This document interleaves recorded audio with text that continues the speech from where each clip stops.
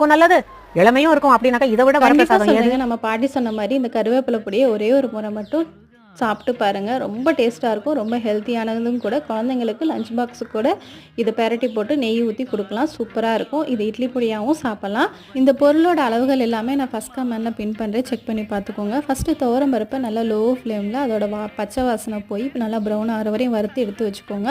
அதுக்கப்புறம் பொட்டுக்கல்லை வந்து நல்லா கிறிஸ்பியாக இருந்தால் வறுக்கணும்னு அவசியம் இல்லை. கிறிஸ்பியாக இல்லைன்னா லைட்டாக வறுத்து அதையும் எடுத்து வச்சுக்கோங்க. அதுக்கப்புறம் உளுந்தம் பருப்பு நல்லா வறுத்ததுக்கப்புறமா கொஞ்சம் சீரகம், மிளகு அதையும் சேர்த்து வறுத்துட்டு அதுக்கப்புறம் அது தனியாக எடுத்து வச்சுட்டு நம்மளுக்கு தேவையான அளவு மிளகா, அதுக்கப்புறம் மிளகா வதங்கினதுக்கப்புறமா உப்பு, பெருங்காயத்தூள் எல்லாத்தையும் போட்டுட்டு லாஸ்ட்டாக கருவேப்பிலையை நல்லா மொறுமொறுன்னு ஆகிற வரையும் வறுத்துக்கலாம். ஃபஸ்ட்டு வந்து நம்ம மிளகா, கருவேப்பிலை, உப்பு, பெருங்காயம் எல்லாத்தையும் நல்லா அரைச்சிட்டு அதுக்கப்புறமா மீதி இருக்கிற இன்க்ரீடியன்ஸை அரைச்சி ஒரு டப்பாவில் போட்டு வச்சுக்கோங்க. அப்புறம் எத்தனை பேர் கருவேப்பிலையை சாப்பாட்டிலேருந்து ஒதுக்கி வைப்பீங்கிறத கமெண்ட் செக்ஷனில் சொல்லுங்கள்.